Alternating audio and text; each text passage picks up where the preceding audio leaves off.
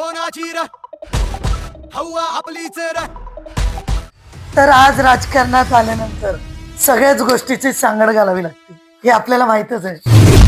उपमहापौर होतात धुळे महानगरपालिका. बरोबर. अनेक लोकांच्या आपल्याकडनं आशा अपेक्षा भरपूर होत्या. त्याग और बलिदान भाजप की पहचान असं ब्रीदवाक्य घेऊन भाजपने आपल्या प्रवासाची सुरुवात. महाराष्ट्रात चित्र आहे, आपल्याला वाटतं निष्ठावंतांना डावललं गेलं धुळे महानगरपालिकेत.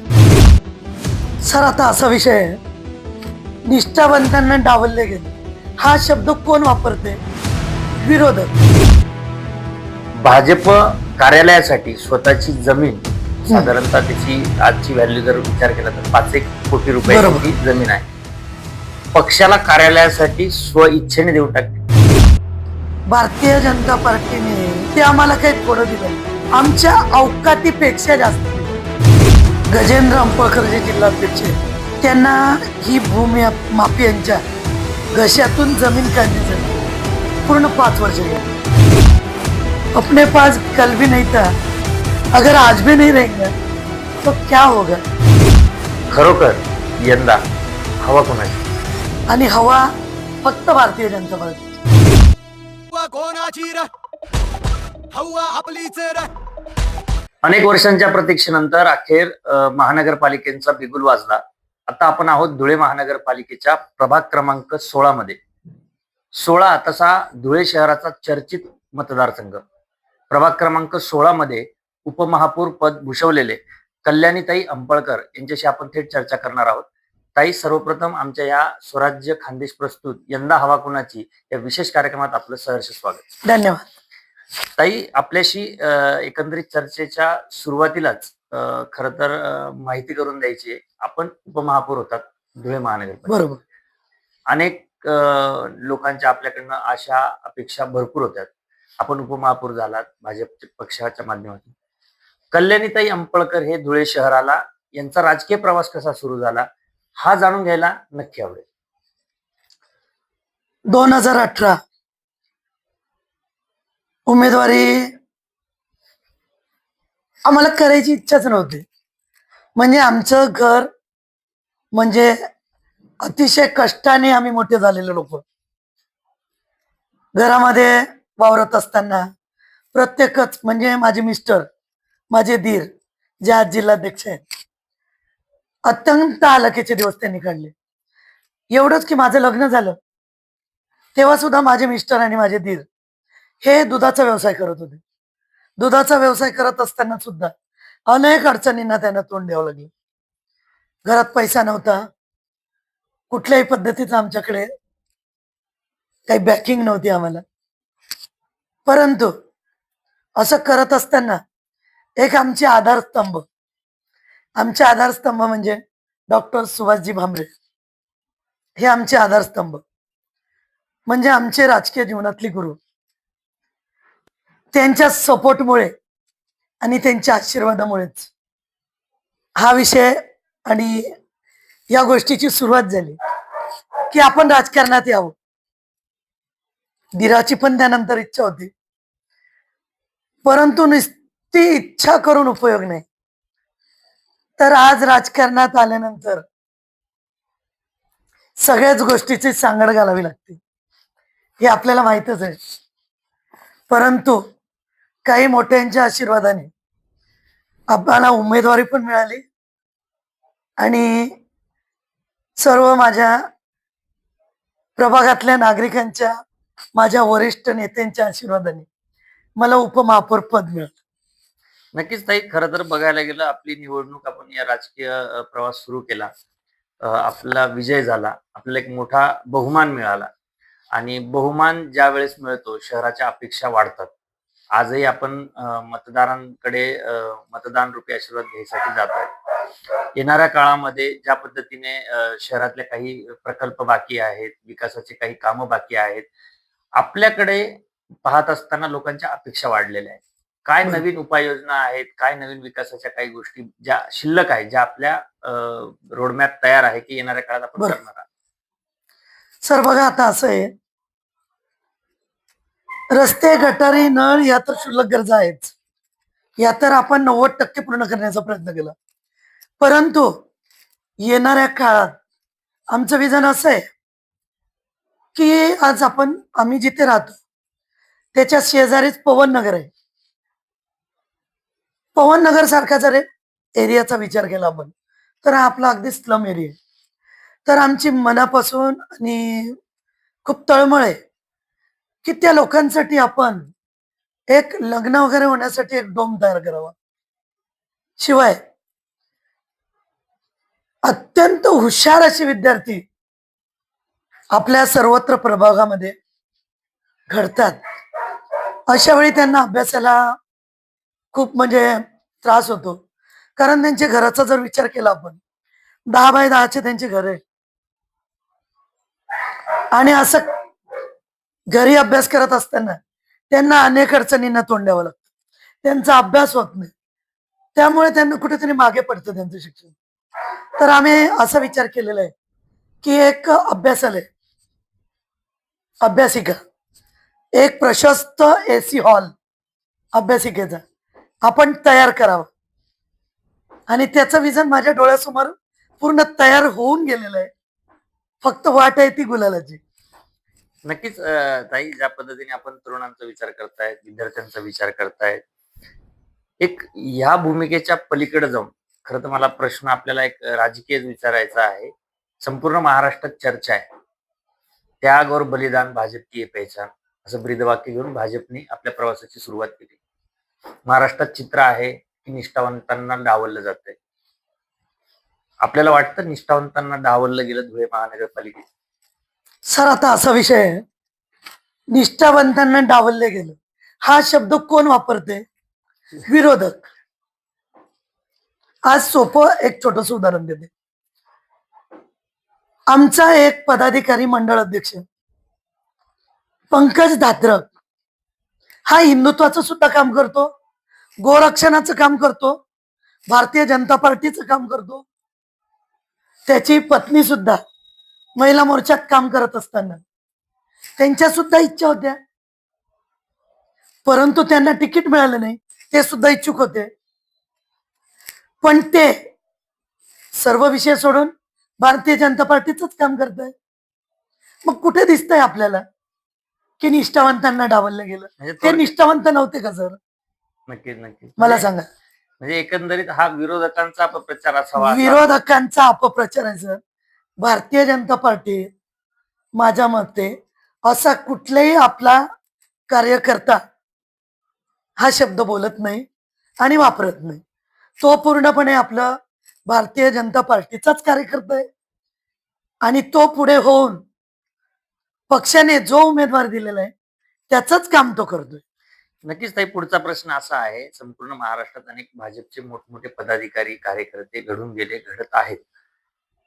आपली जी धुळे शहरातनं चर्चा होती संपूर्ण महाराष्ट्रभर, आपले जे गजेंद्र अंपडकरजी भाजप कार्यालयासाठी स्वतःची जमीन, साधारणतः त्याची आजची व्हॅल्यू जर विचार केला तर 5-1 कोटी रुपयाची ती जमीन आहे, पक्षाला कार्यालयासाठी स्व इच्छेने देऊन टाकली. हो सर. काय नेमकं त्याच्या मागचं काय? भारतीय जनता पार्टीने आमच्या एका सर्वसाधारण परिवाराला, अत्यंत गरीब परिवार आमचं, ही प्रॉपर्टी आमची आहे, हे दोघही भाऊ अक्षरशः रॉकेलच्या गाड्या तेव्हा होत्या सर. आई वडिलांची कुठलीही प्रॉपर्टी नसताना सर्वांच्या कष्टातून ही प्रॉपर्टी उभी झालेली आहे. आणि बघा, आम्ही एकच विचार केला की जे आज दिलं पक्षाने ते आम्हाला काही थोडं दिलं नाही, आमच्या अवकातीपेक्षा जास्त दिलं. मी तुम्हाला थोडस चुकीचं वाटेल अवकात शब्द बोललेलं, पण माझ्या मते अवकात शब्द बोलणं म्हणजे हा आपण कुठे बोलतोय हा विचार करून त्याचा अर्थ काढता येतो सर. भारतीय जनता पार्टीने आज जे माझ्या धीराला किंवा मला जे काही दिले ते अत्यंत मोलाचे दिलेले. त्यासमोर आम्ही जे कमवलेली प्रॉपर्टी आहे कष्टाने, ती काहीच नाही आमच्यासाठी. आणि एक इच्छा होती आमची की ज्या वेळेस गजेंद्र अंपळकर यांना भारतीय जनता पार्टीचं जिल्हाध्यक्ष पद मिळालं, त्या दिवशीच आमच्या घरामध्ये सगळं ठरवून गेलेलं होतं की आपल्या धुळ्यामध्ये आपलं भारतीय जनता पार्टीचं कार्यालय नाही स्वतःच, तर ते आपण आता बनवूनच दाखवायचं. आणि फक्त एक 0 अशा मिनिटामध्ये घरातली सगळी मंडळी बसलो आणि निर्णय देऊन टाकला, अपने पास कल भी नहीं था, अगर आज भी नहीं रहेंगे तो क्या होगा. नक्कीच ताई, खरं तर आपला शहरात विकास कामांचा जो धडाका होता ते बघितल्यानंतर काही महत्वाच्या भूमिका आपण घेतल्या होत्या. भूमाफियांनी ज्या हडप केलेल्या जागा होत्या हो. त्या तुम्ही पुन्हा महानगरपालिकेला मिळवून दिल्या आणि आज तिथे कमर्शियल कॉम्प्लेक्स जे व्यापारी संकुल जे आहे ते उभं केलं. याच्या मागची काय सद्यस्थिती काय आहे? अनेक लोकांना आपल्यावरती आरोप करता येतील, अनेक गोष्टी दाखवता येतील, पण एक आपली केलेली भूमिका जी आहे, ती लोकांपर्यंत पोहोचावी, काय सांगाल? गजेंद्र अंपळकर जे जिल्हाध्यक्ष आहेत, त्यांना ही भूमी माफियांच्या घशातून जमीन काढण्यासाठी आणि महापालिकेच्या ताब्यात देण्यासाठी पूर्ण 5 वर्ष गेले. त्याची आता थोडा वेळ घेते तुमचा, नक्की. त्याची सत्यता सांगते आपल्याला. जेव्हा गजेंद्र अंपळकरजींना माहिती झालं की अशी अशी एक जमीन आहे की ती जमिनीची वास्तविकता जी आहे ती अशी आहे की ती जमीन आपली महापालिकेची होती, परंतु काही एक 7 लोकांनी ही जमीन पैशाचा व्यवहार करून ती स्वतःच्या ताब्यात घेतली. हे जेव्हा माहिती झालं तेव्हा त्याचे डॉक्युमेंट्स काढण्यासाठी जिल्हाध्यक्ष साहेब पालिकेत गेले. तेव्हा ते जिल्हाध्यक्ष नव्हते, ही जिल्हाध्यक्ष नसतानाची गोष्ट आहे. त्यांना प्रचंड गोष्टींना समोर जावं लागलं. त्यांना जेव्हा माहिती झालं की याचे डॉक्युमेंट्स आपल्याला काढायचे, याचे डॉक्युमेंट्स काढून आपल्याला याची सत्यता बघायची, जेव्हा ते तिथे अधिकाऱ्यांकडे गेले, त्यांना एक लेखी पत्र दिलं, विनंती केली की आम्हाला असे असे डॉक्युमेंट्स दिले. त्यांनी कमीत कमी 8 दिवस उडवाउडवीची उत्तरं दिली. यांनी बघितलं की उडवाउडवीचे उत्तर जेव्हा देत आहे, त्यांनी फक्त एकच वेळा विषय काढला की तुम्ही मला देऊ शकणार आहेत की नाही, नाहीतर मी तुम्हाला सगळ्यांवर गुन्हे दाखल करतो, पोलीस स्टेशनला जाऊन गुन्हे दाखल करतो. आणि असं म्हटल्यानंतर साधारण 3 ते 4 दिवसात त्यांनी या सगळ्या फायली दिल्या. परंतु या फाईल देत असताना त्यांनी त्या 7 लोकांची नावं सांगितली. म्हणजे जी गोष्ट ऐकलेली होती त्या गोष्टीत सत्यता होती. त्यानंतर बऱ्याच लोकांनी त्यांना धमकीचे फोनही येत होते. ताई, आपल्याला मध्ये ब्रेक करतो. जनतेला आवडेल ही 7 लोक किंवा हे भूमाफिया आहेत तरी कोण? सर, तो योग्य वेळ आल्यावर सांगू आपण. म्हणजे या काही गुजरात गोष्टींची ठेवलेलं बरं. काही गोष्टींची योग्य वेळ बघावी लागते वाटत. नक्कीच आपण पुढच्या प्रश्नाकडे जाऊया. आपला जाहीरनामा किंवा आपण केलेल्या विकास कामांची पत्रक आपल्या प्रभागात वाटली जात आहेत. आपला एक छोटासा कन्सेप्ट जो आपण राबवणार आहात, छोटा दवाखाना जो आपल्या प्रभागामध्ये आपण उभं करणार आहात, कशा पद्धतीचा तो दवाखाना असेल, काय जनतेला त्याच्यातनं फायदा होईल, आणि जर प्रभागाचं मॉडेल आपण लागू केलं तर येणाऱ्या काळात जर आपल्याला आपल्या पक्षाने संधी दिली तर हा संपूर्ण प्रभागामध्ये धुळे महानगरपालिकेत असा कन्सेप्ट राबवला जाईल. नक्कीच. आज बघा आपलं एक 6 महिन्यापासून आपलं एक काम चालू आहे हॉस्पिटलचं. परंतु माझी अशी संकल्पना आहे की प्रभाग क्रमांक 16 हा सिव्हिल हॉस्पिटल पासून कमीत कमी एक 4 किलोमीटर अंतरावर असावा. माझ्या मते आमच्या महिला भगिनींना जातपर्यंत बऱ्याच वेळा अशा गोष्टी घडतात की डिलिव्हरीच्या दरम्यान एकतर कधीतरी असं बघण्यात येतं की आईचं तरी कुठेतरी कमी जास्त होतंय किंवा बाळाचं तरी होतंय. मग ही गोष्ट माझ्या डोळ्यासमोर ठेवून माझ्या डोक्यात एक कल्पना अशी आली की एक मोठं हॉस्पिटल, सुसज्ज हॉस्पिटल जे महानगरपालिकेच्या अनुषंगाने आपण इथे बनवावं, की त्यात डिलेव्हरी किंवा ज्या डिलेव्हरी पूर्वी महिलांच्या तपासण्या असतात त्या तिथे व्हाव्या. आणि ही संकल्पना धुळ्यात कुठेही नसेल. धुळ्यात कुठल्याही प्रभागात महानगरपालिकेच्या अंतर्गत हॉस्पिटल आहेत, परंतु असं hospital mother and child hospital आपला हा खोलण्याचा मानस. पण ते प्रशस्त नक्की असं माझी इच्छा आहे. नक्कीच ताई, खरं तर आपलं विजन जनतेपर्यंत आपण पोहोचवत आहोत. यानंतरचा जो प्रश्न आहे तो हा आहे की आपण ज्या वेळेस मागील पंचवार्षिकला निवडणुकीला भारतीय जनता पक्ष उभा राहिला, आपले नेते आहेत, मंत्री महोदय आहेत, गिरीश महाजन असतील, आपले जिल्ह्याचे नेते असतील, यांनी नारा दिला होता 50+चा. हो, जनतेने भरभरून त्यांना तो प्रतिसाद दिला. 50+ आपण सत्ता स्थापनेसाठी आपण त्या ठिकाणी योग्य राहिला. 5 वर्षाचा विकासाचा मोठमोठे आश्वासनं दिले गेले, काही कामं आपली सुरुवात झाली. आता पुन्हा जनतेकडे आपल्याला मतं मागायची आहेत. काय वाटतं, आपल्या 5 वर्षात काय विकास कामं झाली, काय रखडली आणि येणाऱ्या काळात कोणकोणती विकास कामं होतील? बघा आता असं झालं,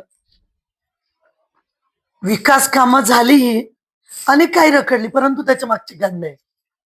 बघा आता तुम्ही बघताच आहेत, मध्ये कोविड काळ आला. कोविड काळामध्ये आपल्याला कुठलाही निधी मिळाला नाही. त्यानंतर काही वेळा शिवसेनेचा काळ आला, त्यावेळेतही आपल्याला भरपूर निधी असा मोका भेटला नाही. त्यामुळे काही ठिकाणी आपल्याला अडचणी आल्या. परंतु आज जर आपण बघाल धुळे शहरामध्ये, धुळे शहराची कायापालट झाली. आज तुम्ही दसरा मैदान बघाल, आज तुम्ही आमदार साहेबांच्या माध्यमातून नवरंग मानेची टाकी बघाल, तिथे एक प्रशस्त इमारत उभी होती. आज पाचकंदीलचा भाग बघाल. येणाऱ्या काळामध्ये भरपूर अशी कामं आता सुरू झालेली आहेत आणि भूतन भविष्यातील असे कामं आपले चालू झालेले आहेत आणि लवकरच ते पूर्णही होतील. आता मला वाटतं टावर बगीचाचं आहे. टावर बगीचाचं काही कारण नसताना काही विरोधकांनी त्याला ब्रेक लावलेला होता, परंतु आज तुम्ही टॉवर बगीचा जाऊन बघू शकता. इतका सुंदर आपल्या आमदार साहेबांनी टॉवर बगीच्याचं निर्मिती केलेली आहे आणि आता तो लवकरच त्याचं उद्घाटनही करणार आहे. काल परवाच आमचं बोलणं झालं. आमदार साहेबांनी सांगितलं की साधारण 23 ते 25च्या दरम्यान, म्हणजे याच महिन्यामध्ये त्याचं उद्घाटन होईल आणि सर्व आपल्या धुळेकर जनतेला ते वापरण्यास खुलाही होईल. ताई, एक महिला प्रतिनिधी आपण आहात.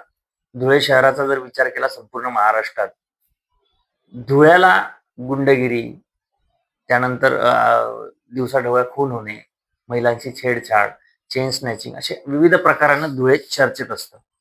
एक महिला लोकप्रतिनिधी म्हणून या सर्व गोष्टींना आळा बसण्यासाठी काय प्रयत्न कराल?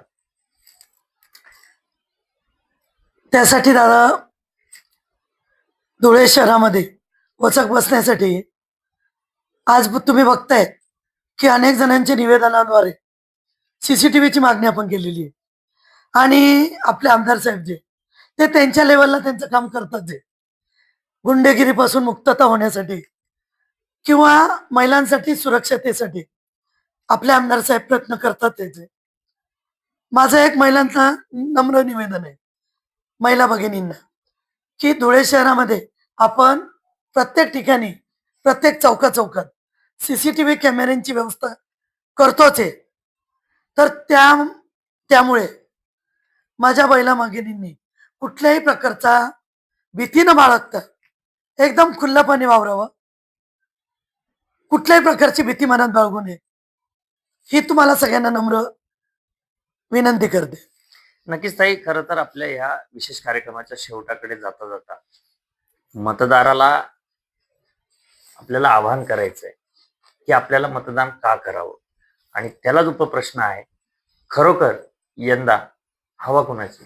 माझ्या सुजान सर्व प्रभाग क्रमांक 16 असेल किंवा धुळेकर नागरिकांना एक नम्र आणि कळकळीची विनंती, फक्त आणि फक्त भारतीय जनता पार्टी म्हणजे ज्याची निशाणी आहे कमळाचं फूल, यावर आपले बहुमूल्य मतदान करून कमळ या चिन्हाला म्हणजेच भारतीय जनता पार्टीला मतदान करून निवडून द्यावे, ही आपली नम्र विनंती. आणि त्याचा दादा- प्रश्न जर त्याचं उत्तर द्यायचं म्हटलं तर यंदा हवा कोणाची? दादा, साहजिकच आमचा पक्ष जो भारतीय जनता पार्टी सगळ्यात मोठा पक्ष आहे आणि हवा फक्त भारतीय जनता पार्टीची. नक्कीच ह्या होत्या कल्याणीताई अंपळकर, प्रभाग 16च्या उमेदवार, ज्यांनी उपमहापौर पद भूषवलेलं आहे आणि आता जनतेच्या दरबारात पुन्हा मतदान रूपी आशीर्वाद घेण्यासाठी सज्ज झालेले आहेत. त्यांच्याशी दिलखुलास आपण चर्चा केलेली. अशाच पद्धतीने विविध प्रभागात जाऊन तिथल्या उमेदवारांशी आपण चर्चा करणार आहोत आणि जाणून घेणार आहोत यंदा हवा कुणाची. हवा कोणाची रे हवा आपलीच रे. तर आज राजकारणात आल्यानंतर सगळ्याच गोष्टीची सांगड घालावी लागते, हे आपल्याला माहितच आहे. उपमहापौर होतात धुळे महानगरपालिका. बरोबर. अनेक लोकांच्या आपल्याकडनं आशा अपेक्षा भरपूर होत्या. त्याग और बलिदान भाजप की ये पहचान असं ब्रीदवाक्य घेऊन भाजपने आपल्या प्रवासाची सुरुवात. महाराष्ट्रात चित्र आहे. आपल्याला वाटतं निष्ठावंतांना डावललं गेलं धुळे महानगरपालिकेत. सर, आता असा विषय आहे, निष्ठावंतांना डावलले गेले हा शब्द कोण वापरते? विरोधक. भाजप कार्यालयासाठी स्वतःची जमीन, साधारणतः त्याची आजची व्हॅल्यू जर विचार केला तर 5 कोटी बरोबर. रुपयाची जमीन आहे. पक्षाला कार्यालयासाठी स्व इच्छेने देऊन टाकते. भारतीय जनता पार्टीने ते आम्हाला काही थोडं दिलं, आमच्या अवकातीपेक्षा जास्त दिलं. गजेंद्र अंपळकर जे जिल्हाध्यक्ष आहेत, त्यांना ही भूमी माफियांच्या घशातून जमीन काढण्यासाठी पूर्ण 5 वर्ष गेली. अपने पास कल भी नहीं था, अगर आज भी नहीं रहेंगे तो क्या होगा? खरोखर यंदा हवा कोणाची? आणि हवा फक्त भारतीय जनता पार्टी. हवा कोणाची रे हवा आपलीच रे.